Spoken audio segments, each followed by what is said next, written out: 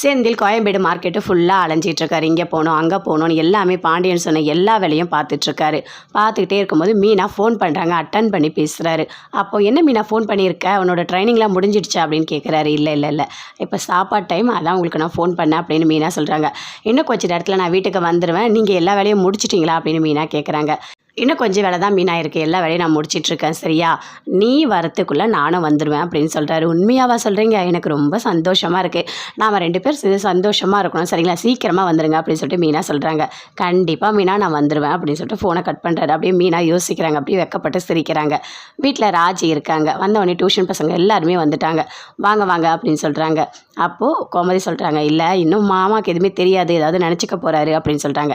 அதெல்லாம் சொல்லிக்கலாம், நீங்கள் கவலைப்படாதீங்க அப்படின்னு சொல்லிட்டு ராஜி சொல்கிறாங்க. ஃபஸ்ட்டு நம்ம ஆரம்பிப்போம், அதுக்கப்புறம் அவர்கிட்ட சொல்லிக்கலாம், டியூஷன்லாம் வேணான்னு மாமா சொல்லவே மாட்டார் அப்படின்னு ராஜி சொல்கிறாங்க. போயிட்டு கற்பூரெல்லாம் காட்டுறாங்க. நல்லபடியாக நீ வந்து எல்லாமே நல்லா நடக்கணும் அப்படின்னு கோமதி சொல்கிறாங்க. சரி வாங்க வாங்க வாங்க பசங்களாம் எல்லாம் வாங்க, நான் டியூஷன் சொல்லித்தரேன் அப்படின்னு சொல்லிட்டு உட்கார வச்சு சொல்லித்தராங்க. அப்போ இதை பண்ணணும் அதை பண்ணணும், மைனஸ் இதை எல்லாமே கேன்சல் பண்ணணும், இதெல்லாம் சொல்லிகிட்டே இருக்காங்க. அப்போ இன்னொருத்தவன், எனக்கு இங்கிலீஷ் தாக்கா சரியாக வரல அப்படின்னு சொல்கிறான். ஓ அப்படியா, சரி இரு வரேன் அப்படின்னு சொல்லிட்டு அப்படி தங்கமயில பார்க்குறாங்க. இங்கே பாருங்கள், இந்த குமரனுக்கு கொஞ்சம் போயம் மட்டும் சொல்லித்தாங்க அப்படின்னு சொல்கிறாங்க. நானா தோ இரு ஃபோன் வர மாதிரி இருக்குது, தோ சைலண்டில் இருந்து நான் போய் பேசிட்டு வரேன் அப்படின்னு சொல்லிட்டு தங்கமயில அங்கேருந்து ஓடுறாங்க. என்ன இவங்க எது சொல்லி கொடுத்தாலும் ஓடிட்டே இருக்காங்க அப்படின்னு சொல்லிட்டு ராஜ் அப்படி யோசிச்சுட்டே இருக்காங்க. ஃபோன் பண்ணுறாங்க, அவங்க அம்மாவுக்கு ஃபோன் பண்ணி பேசுகிறாங்க. என்னடி இப்போ ஃபோன் பண்ணுற, சரி நான் கொஞ்சம் வேலையாக இருக்கேன், ஒரு 10 நிமிஷம் கழிச்சு பேசட்டா அப்படின்னு சொல்லிட்டு தங்கமயிலோட அம்மா சொல்கிறாங்க. அம்மா வர கோத்துக்கொண்டு என்ன பண்ணணும்னு எனக்கு தெரியாது, என்னடி ஆச்சு சொல்லு அப்படின்னு சொல்லிட்டு கேட்குறாங்க. இங்கே என்ன நடக்குது தெரியுமாம்மா, என்ன டியூஷன் சொல்லித்தர சொல்கிறாங்கம்மா. யார், ராஜிதாம்மா டியூஷன் எடுத்துகிட்ருக்கா அப்படின்னு சொல்கிறாங்க. ஓ அப்படியா, சரி எத்தனை கிளாஸ், 9th ஏன் நம்ம தங்கச்சிக்கு சொல்லித்தர மாதிரி நீ சொல்லித்தர வேண்டியதானே அப்படின்னு சொல்கிறாங்க. நீ வேறு ஏமா நீ இதெல்லாம் பண்ணிகிட்ருக்க, என்னால் அதெல்லாம் சொல்லித்தர முடியாது அப்படின்னு சொல்லிட்டு தங்கமயில் சொல்கிறாங்க.